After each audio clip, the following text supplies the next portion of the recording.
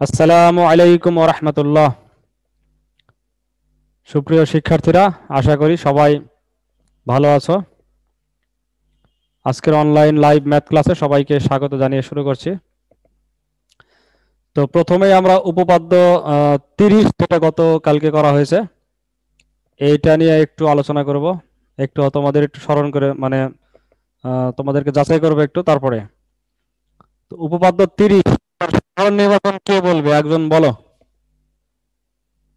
গত কালকে যেটা করানো স্যার হয়েছে। আমি বলবো। আচ্ছা বলো ইয়াদ। জি স্যার। ত্রিভুজের যে কোনো কোণের অন্তঃদ্বিখণ্ডক বিপরীত বাহুকে উক্ত কোণ সংলগ্ন বাহুদ্বয়ের অনুপাতে অন্তর্বিভক্ত করে।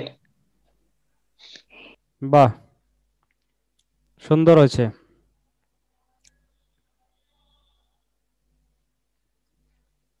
আচ্ছা রোহিত বলো দেখি, আমাদের উপপাদ্য 28 ব্যবহার করার দরকার হয়েছিল। উপপাদ্য 28 বলতে পারবে? মানে স্যার ত্রিভুজের যে কোনো বাহুর কি বলে সমান্তরাল রেখা ওই ত্রিভুজের অন্য দুই বাহুকে সমান অনুপাতে বিভক্ত করে। সমান অনুপাতে বিভক্ত করে, বাহ সুন্দর। যদিও 28 একটু বেশি আছে, সমান অনুপাতে আহ ওই দুইটা বাহুকে অথবা বর্ধিতাংশ আছে, কিন্তু আমাদের এখানে বর্ধিতাংশ দরকার নাই, শুধু বাহু স্যার সমান। আইডিয়া অনুসারে বললাম, না তো পড়তে বলছেন, পড়া হয়নি। না ঠিক আছে, ওটাও পড়তে বলছিলাম যে তোমার 28 নাম্বারটাও দরকার হবে। আচ্ছা আমরা এইটুকুই থাক, এতটুকুতেই স্মরণ হয়ে যাওয়ার কথা। শুরু করতেছি আমরা আজকের পড়া। আজকে হচ্ছে দুটি ত্রিভুজ সদিশকোণী হলে তাদের অনুরূপ বাহুগুলো সমানুপাতিক। উপপাদ্য 32, পৃষ্ঠা নাম্বার 273। সবাই বের করো পৃষ্ঠা নাম্বার 273।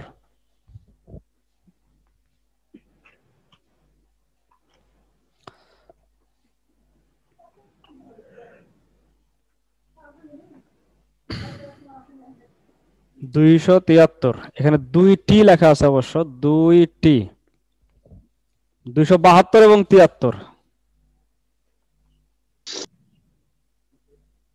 বের করছো সবাই?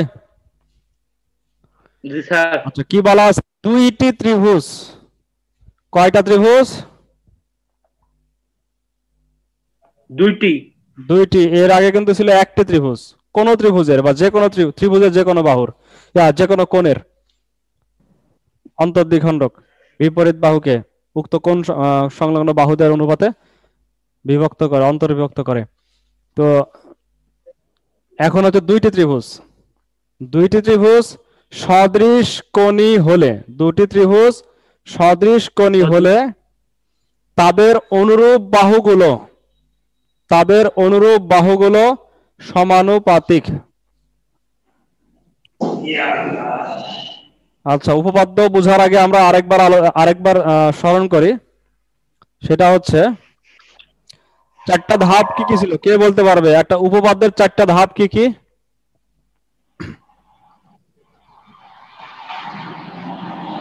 স্যার তিনটা মনে পড়ছে।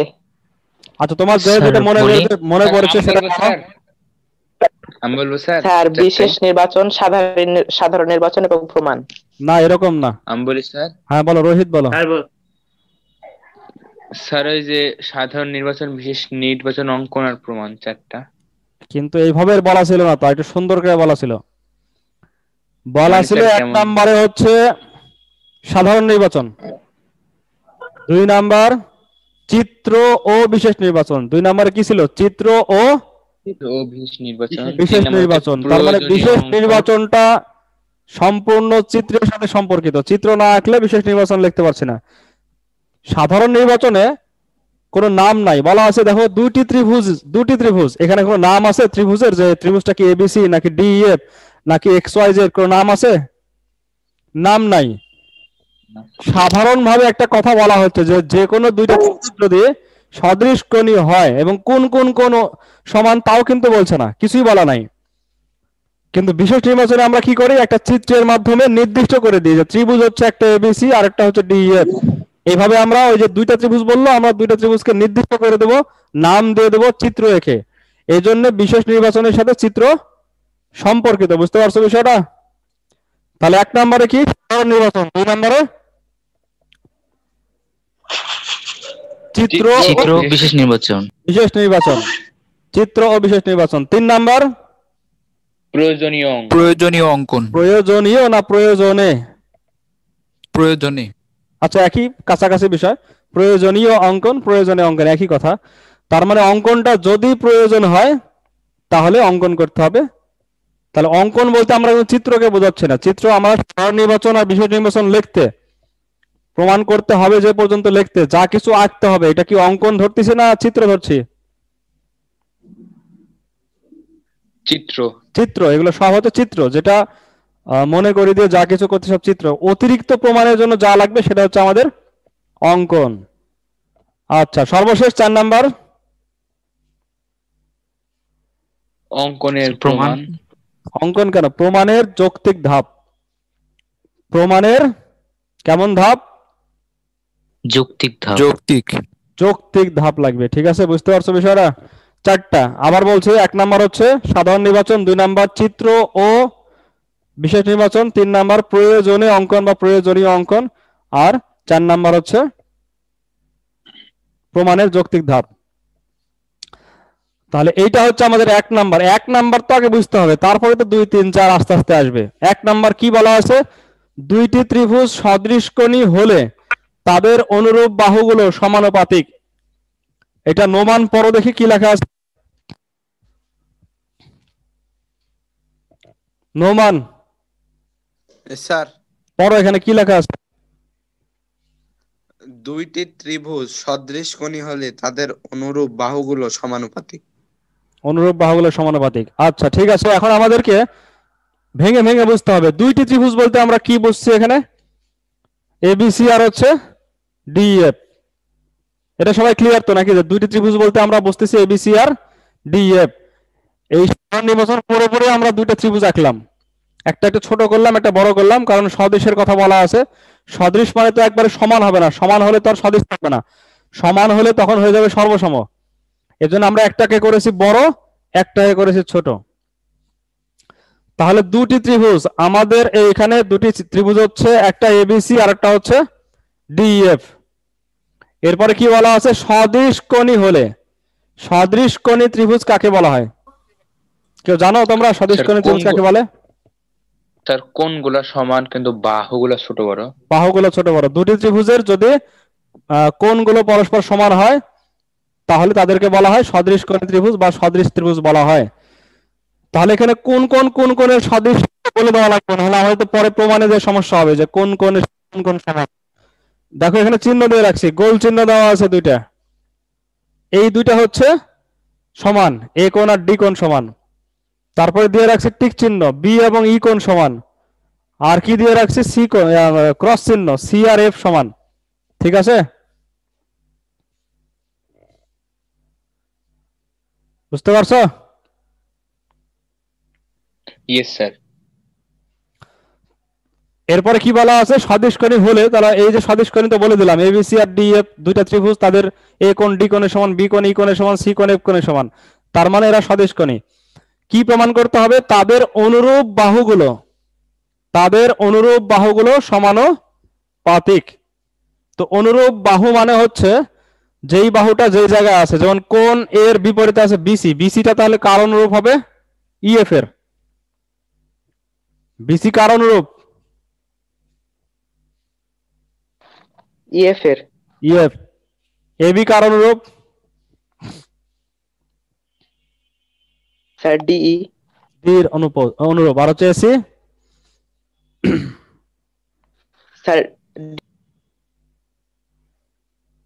ডিএফ। এসি কার অনুরূপ? ডিএফ এর অনুরূপ। এই অনুরূপ বাহুগুলোর অনুপাত বলতে বোঝাচ্ছে এবির সাথে ডি এর অনুপাত, মানে ভাগ, এবি বাই ডি কে বোঝাচ্ছে। বিসির সাথে ইএফ এর অনুপাত, তার মানে হচ্ছে বিসি বাই ইএফ। আর এসি ডিএফ এর অনুপাত, তার মানে এসি বাই ডিএফ। কয়টা অনুপাত আসলো মোট? 3টা অনুপাত আসলো, তাই না? 6টা বাহু দিয়ে কয়টা অনুপাত আসছে? 3টা। যেমন গত দিন আসছিল হচ্ছে 4টা বাহু দিন। মনে করে দেখো, এবিসি ত্রিভুজের এ কোণের অর্ধেক হয়ে ডিতে বিসি কে ডিতে ছেদ করলো, তাহলে তৈরি হলো বিডি আর ডিসি, এটা হচ্ছে 2টা। আর ওইদিকে 2টা বাহু আছে, এ কোণের সাথে 2টা বাহু এবি আর এসি, তাহলে 4টা ছিল। এইদিকে বিসি ডিসি কে যে 2 ভাগে ভাগ হলো, বিডি আর ডিসি, আমাদের প্রমাণ করতে হয়েছিল এবি আর AC, BD is to DC equal to AB is to AC. আজকে আমরা পাচ্ছি কয়টা? 6টা। 6টার মধ্যে কয় জোড়া? 3 জোড়া। এবি আর হচ্ছে ডি, এরা এক জোড়া, তো এদের অনুপাতটা হচ্ছে এবি বাই ডি, এই 2টা গেল। বিসির সাথে ইএফ, বিসি বাই ইএফ, এটা আরেক জোড়া। 3 নাম্বার হচ্ছে এসির সাথে ডিএফ, এটা আরেক জোড়া। তাহলে মোট কয় জোড়া হলো? 3 জোড়া। দেখাতে হবে 3 জোড়ার অনুপাতে সমান। এটা গতকালকের থেকে একটু বড় হওয়ার কারণে আমি চাচ্ছি 2 দিনে শিখতে, যাতে তোমরা ভালোভাবে শিখতে পারো। তো আজকে আমরা যতদূর যেতে পারি। তো এটার বর্ণনা কিভাবে লিখতে পারি? কেউ কি একজন চেষ্টা করবে? বই না দেখে বলতে হবে, নিজের ভাষায় বলো, সমস্যা নাই। সাধারণ নির্বাচন থেকে চিত্র, চিত্র থেকে। হ্যাঁ বলো। ত্রিভুজ এ বি সি ও ত্রিভুজ ডি ই এফ দুটি সদিশকোণী ত্রিভুজ। এদের কোণ এ ইকুয়াল টু কোণ ডি, কোণ বি ইকুয়াল টু কোণ ই, আর কোণ সি ইকুয়াল টু কোণ এফ। প্রমাণ করতে হবে যে A B by DE equal to BC by EF equal to AC by DF. তাহলে মনে করে দিবে না? প্রথমে মনে করে বলছিলে? হ্যাঁ স্যার, বলছিলাম। আচ্ছা, ত্রিভুজ তোমারটা সুন্দর হয়েছে। ত্রিভুজ এবিসি ও ত্রিভুজ ডিই এফ দুটি সদৃশকোণী ত্রিভুজ। ত্রিভুজে আমি এক অক্ষর দিয়ে লিখছি, কোণ এটা হচ্ছে কোণ ডি এর সমান, কোণ বিটা হচ্ছে কোণ বি হচ্ছে কোণ ই এর সমান, আর কোণ সি হচ্ছে কোণ এফ এর সমান। প্রমাণ করতে হবে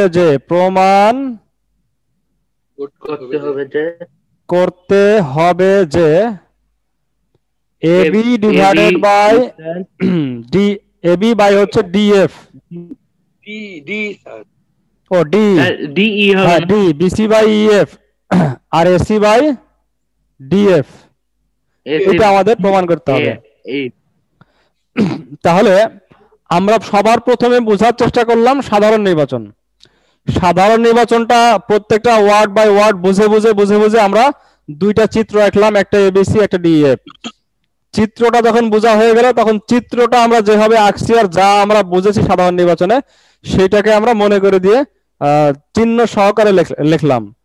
অর্থাৎ সাধারণ নির্বাচন ছিল অনির্দিষ্ট, যে কোনো কিছুর হতে পারে, আর বিশেষ নির্বাচনটা আমরা নির্দিষ্ট করে দিলাম আমাদের চিত্র ভিত্তিক।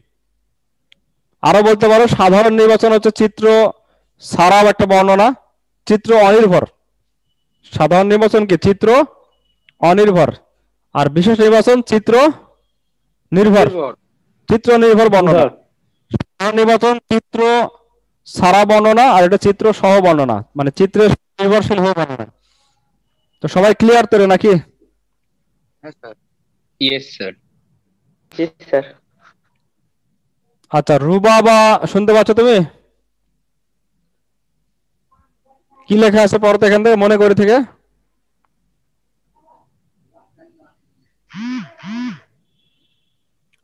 মনে করে থেকে কি লেখা আছে এখানে?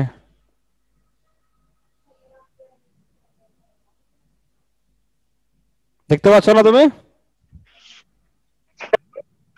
আমি পড়ি। শিমুল বলো। স্যার, মনে করি ত্রিভুজ এবিসি ও ত্রিভুজ ডিইএফ দুটি সমকোণী ত্রিভুজ। কি কোণী? সমকোণী? স্যার, সদৃশকোণী। সদৃশকোণী, হ্যাঁ। ত্রিভুজ এ সমান ডি, ত্রিভুজে সদৃশকোণী ত্রিভুজে কোণ এ সমান কোণ ডি, এ সমান কোণ ডি, কোণ বি সমান কোণ ই, কোণ সি সমান কোণ এফ। প্রমাণ করতে হবে যে এ বি ইকুয়াল বিই সমান বিসি ইকুয়াল ইএফ ইকুয়াল বলছে কেন? By by by AB by D. Sir, আর AC by DF. DF, AB by D, BC by EF, AC by DF. ঠিক আছে, সবারই বুঝতে পারার কথা এতটুকু। তো এবার আমরা আসি যে দুইটা ত্রিভুজ যদি দুই জায়গায় থাকে তাদের তো দুই জায়গায় থাকা অবস্থাতে প্রমাণ করা মুশকিল। সর্বসম খাটাই বা যে কোনো আমরা যে প্রমাণের যৌক্তিক ধাপগুলো যে খাটাবো, তো দুইজন তো দুই জায়গায় আছে, দুইজনকে দুই জায়গায় থাকলে তো মাপা যাবে না, এক জায়গায় নিয়ে আসতে হবে। তোমরা ক্লাস 8-এ সম্ভবত করেছো, পিথাগোরাসের সূত্র প্রমাণ করার জন্য কি করতে হয়? একটা ত্রিভুজকে নিয়ে এর উপরে বসাতে হয়। সর্বসম প্রমাণের একটা উপপাদ্য আছে, একটা ত্রিভুজকে নিয়ে ত্রিভুজের উপরে বসাতে হয়। তো এইখানে আমরা ছোট ত্রিভুজটাকে বড় ত্রিভুজের উপরে বসাবো। ছোট ত্রিভুজকে নিয়ে এসে বসাবো কোথায়? বড় ত্রিভুজের উপর। কিভাবে বসাবো? বসানো বলতে ত্রিভুজকে ধরে নিয়ে আসতে বসাতে পারবো না আমরা। এই ডি এর সমান করে কাটবো হচ্ছে এ পি, সম্ভবত পি লেখা আছে, হ্যাঁ এ পি কাটবো। তবে একটা প্রশ্ন আছে, সেটা হচ্ছে আমি তো আমার মতো করে চিত্রকে একটাকে বড় ধরেছি আর একটাকে ছোট ধরেছি আমার মতো করে, কিন্তু এখনো পর্যন্ত কোথাও তো এই কথা বলা নাই যে আমরা ত্রিভুজ এবিসি কে বড় ধরেছি আর ডি কে ছোট ধরেছি। লেখা আছে কোনো জায়গায়? লেখা নাই। এই জন্য অঙ্কনে একটা কথা বলতে হবে। অঙ্কনে বলতে হবে ত্রিভুজ এবিসি ও ত্রিভুজ ডিইএফ ত্রিভুজ দ্বয়ের প্রত্যেক অনুরূপ বাহু যুগল, প্রত্যেক অনুরূপ বাহু যুগল অসমান বিবেচনা করি। কি করলাম আমরা? ত্রিভুজ এবিসি ও ত্রিভুজ ডিইএফ এই দুইটা ত্রিভুজের প্রত্যেক অনুরূপ বাহু যুগল, আমি বলছিলাম না যুগল মানে জোড়া, কয় জোড়া বাহু আছে? 3 জোড়া বাহু আছে। এবির সাথে কার যুগল? ডি। বিসির সাথে ইএফ, ডিএফ এর এসির সাথে ডিএফ, এই যে বাহু যুগল 3 জোড়া যে বাহু মানে 3টা যুগল, এদের প্রত্যেককে আমরা অসমান বিবেচনা করি। অসমান মানে হচ্ছে এরা সমান না, একজন বড় একজন ছোট। সেক্ষেত্রে আমরা বাম পাশেরটাকে বড় আর ডান পাশটাকে ছোট মনে করতেছি। তাহলে এ বি বড় আর ডিটা হচ্ছে ছোট, এরা অসমান বিবেচনা করলাম। যদি অসমান হয় তাহলেই কিন্তু এ বির মধ্যে ডি সমান করে আমরা এপি কাটতে পারবো। সমান হলে তো কাটতে পারবো না, সমান হলে একবারে সমান সমান হয়ে যাবে। তো তোমরা বই দেখো, বইয়ে খেয়াল করো 273 নম্বর পৃষ্ঠা লেখা আছে এবিসি ও ডিএফ ত্রিভুজ দ্বয়ের প্রত্যেক অনুরূপ বাহু যুগল অসমান বিবেচনা করি। ঠিক আছে, এই কথাটা বুঝতে পারছো? Yes sir. প্রত্যেক অনুরূপ বাহু যুগল অসমান বিবেচনা করি। ঠিক আছে, প্রত্যেক অনুরূপ বাহু, প্রত্যেক বলতে 3 জোড়াই, 3 জোড়া অনুরূপ বাহু যুগলকে আমরা 3 জোড়া অনুরূপ বাহুকে, যুগল আবার বাহু একসাথে, যুগল আবার জোড়া একসাথে হচ্ছে, 3 জোড়া অনুরূপ বাহুকে অথবা 3 কি বলে অনুরূপ বাহু যুগলগুলোকে, 3টা অনুরূপ বাহু যুগলগুলোকে আমরা কি করব? অসমান বিবেচনা করব। তারপরে আমরা এবি তে নিব পি আর এসি তে নিব কিউ। এবি তে নিলাম হচ্ছে পি আর এসি তে নিলাম কিউ। কিউ। কিউ ইচ্ছা মতো নিব যে নিলাম এক জায়গাতে না, বর কিভাবে নিব? এমন ভাবে নি যেন এপিটা ডি এর সমান হয়। এপি কার সমান হবে? ডি। ডি এর সমান হবে। আর এ কিউ কার সমান হবে? ডিএফ এর সমান হবে। তারপরে পি আর কিউ যোগ করে দিই, পি আর কিউ যোগ করে দিলাম। এইভাবে আমরা ত্রিভুজটাকে বসালাম। ত্রিভুজকে এইভাবে বসাতে হয়, এমন না যে একবার তুলে নিয়ে এসে বসে দিলাম আর বললাম যে পুরো খাপে খাপ মিলে গেল, এভাবে বলা যাবে না। এখন আমাদেরকে গাণিতিক ভাবে দেখান লাগবে, জ্যামিতিক ভাবে দেখান লাগবে যে আসলে এই পি কিউটাও ইএফ এর সমান, এটাও দেখান লাগবে যে পি কিউটাও ইএফ এর সমানই হয়ে যাবে। কারণ এই কোণ যেহেতু সমান আছে, দুইটা বাহু সমান আছে, কোণ আর দুইটা বাহু সমান থাকলে ত্রিভুজ দুইটা কি হয়? সর্বসম হয়। তো সর্বসম হওয়া মানে হচ্ছে আমরা দুইটা বাহু বসালেও দেখা যাচ্ছে পুরো ত্রিভুজটা এখানে আসছে, ডিএফ আর হচ্ছে এপি কিউটা একই। তো অঙ্কন সম্পর্কে এটা আমি লিখে দিচ্ছি, আজকে আমরা পুরোটা করব না, অঙ্কন লিখে দিচ্ছি। অঙ্কনটা খেয়াল করো।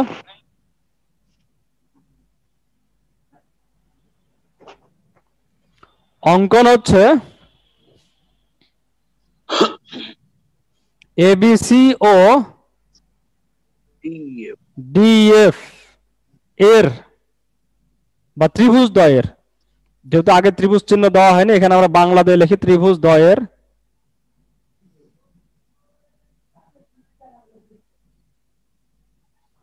প্রত্যেক অনুরূপ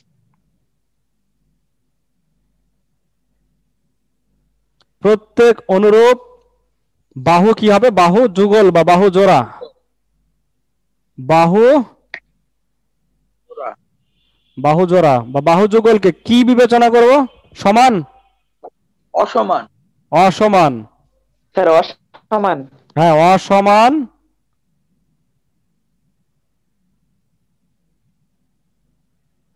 বিবেচনা করি। প্রত্যেক অনুরূপ বাহু যুগলকে অসমান বিবেচনা করি।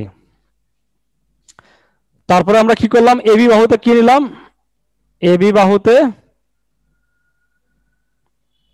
এসি এবি বাহুতে কি নিয়েছি? কোন বিন্দু নিয়েছি? পি বিন্দু। এবি বাহুতে পি বিন্দু, পি, এবং হচ্ছে এসি বাহুতে কিউ বিন্দু কিউ বিন্দু নি। কিন্তু নি বললে তো শেষ হবে না, কিভাবে নিব এটা? যেন, যেন মানে হচ্ছে এইভাবে যেন হয়, যেন এপিটা কার সমান হবে? ডি ডি সমান হবে, ও এ কিউটা হবে হচ্ছে ডিএফ এর সমান। ডিএফ এর সমান হয়।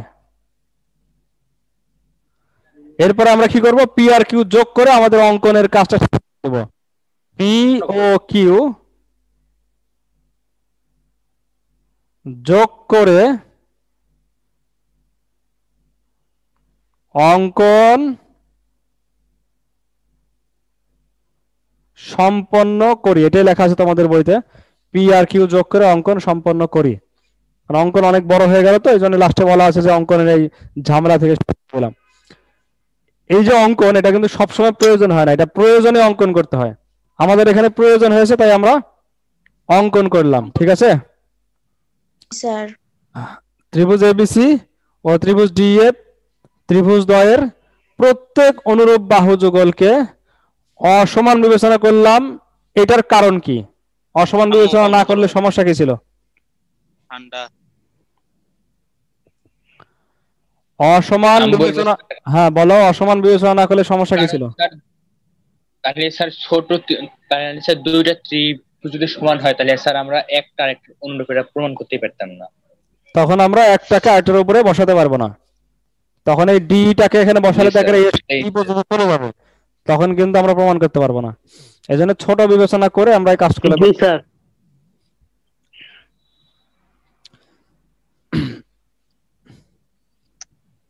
আচ্ছা, আমি যদি মুছে দিই, মুছে দেওয়ার পরে তোমরা অঙ্কন বলতে পারবে কেউ?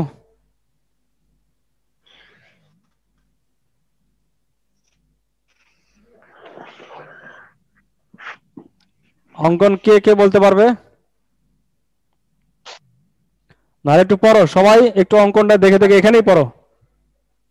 ত্রিভুজ এবিসি ও ডিএফ ত্রিভুজ দ্বয়ের প্রত্যেক অনুরূপ বাহু যুগলকে অসমান বিবেচনা করি। এবি বাহুতে পি এবং এসি বাহুতে কিউ বিন্দু নেই, যেন এপি ইকুয়াল টু ডি ও A Q equal to DF হয়। পি ও কিউ যোগ করে অঙ্কন সম্পন্ন করি। পড়ো সবাই, তারপরে মুছে দেবো, আমাকে বলবে তোমরা।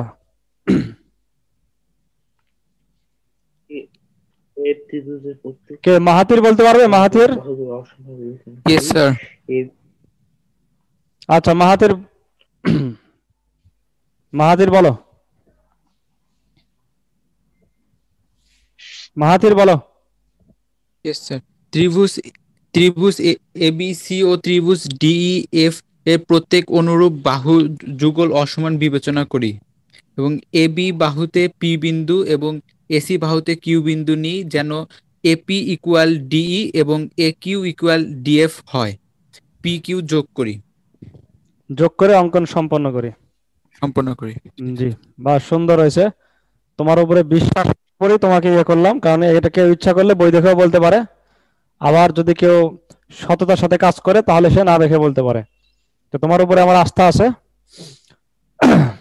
আরেকজন মুশফিকুর বলবে?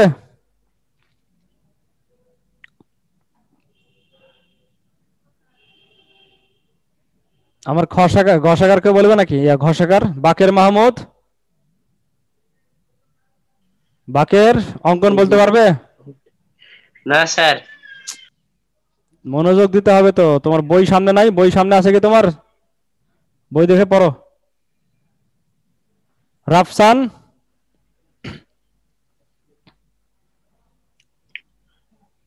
এবিসি বলতে পারবে? একটু দেখা লাগবে। দেখা লাগবে। অসমান বিবেচনা মাইফা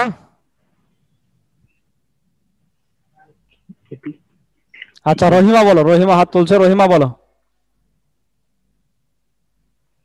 ত্রিভুজ এবিসি ও ত্রিভুজ ডিইএফ এর প্রত্যেকটি বাহুগুলো অসমান বিবেচনা করি। অনুরূপ, AB এবং অনুরূপ, প্রত্যেকটি AC বাহু না, প্রত্যেক অনুরূপ বাহু যুগল।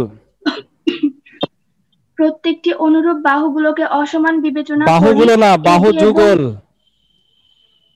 বাহু যুগলকে অসমান বিবেচনা করি। এবি এবং এসি বাহুতে যথাক্রমে পি বিন্দু এবং কিউ বিন্দু নিই, যেন এপি সমান ডিই এবং এ কিউ সমান ডিএফ হয়। বাহ, সুন্দর। তারপর পিকিউ যোগ করে অঙ্কন সম্পন্ন করি। রোয়েনা বলো। কিউ যোগ করে অঙ্কন সম্পূর্ণ করি। রোয়েনা। এবিসি ও ডিএফ ত্রিভুজদ্বয়ের বাহু এবিসি ও ডিএফ প্রত্যেক অনুরূপ ত্রিভুজদ্বয়ের বাহুযুগল অসমান বিবেচনা করি। এবি বাহুতে পি বিন্দু এবং এসি বাহুতে কিউ বিন্দু নিই, যেন এ পি সমান সমান ডিএফ ডিই এবং এ কিউ সমান ডিএফ হয়।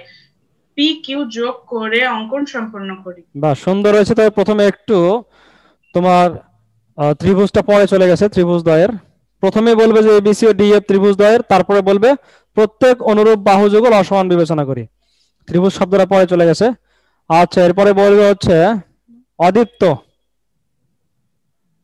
স্যার এবিসি ও ডিএফ ত্রিভুজদ্বয়ের অনুরূপ বাহু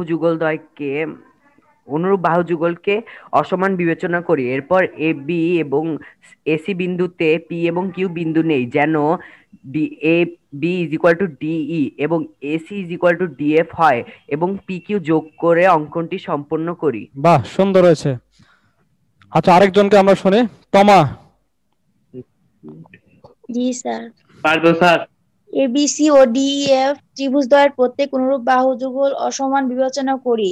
এবি বাহুতে কিউ পি বিন্দু এবং এসি বাহুতে কিউ বিন্দু নিই, যেন এপি ইকুয়াল ডিই এবং এ কিউ ইকুয়াল ডিএফ হয়। পি ও কিউ বিন্দু যোগ করি। যোগ করে অঙ্কন সম্পন্ন করি, এই কথাটা লেখা আছে সম্ভবত। আচ্ছা, এরপরে আরেকটা জিনিস জিজ্ঞেস করবো, শুরুটা আবার বিশেষ নির্বাচন জিজ্ঞেস করব। বিশেষ নির্বাচন সৌরভ বলবে। বিশেষ নির্বাচন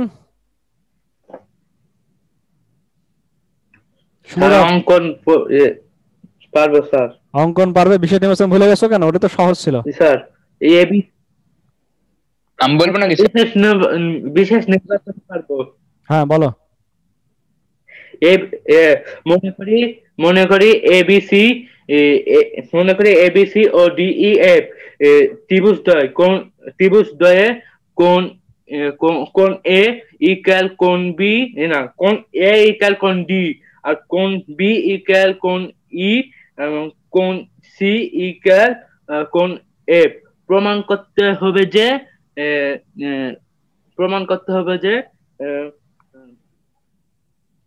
এবি বাই ডি সমান সমান বিসি বাই ইএফ সমান এসি বাই ডিএফ।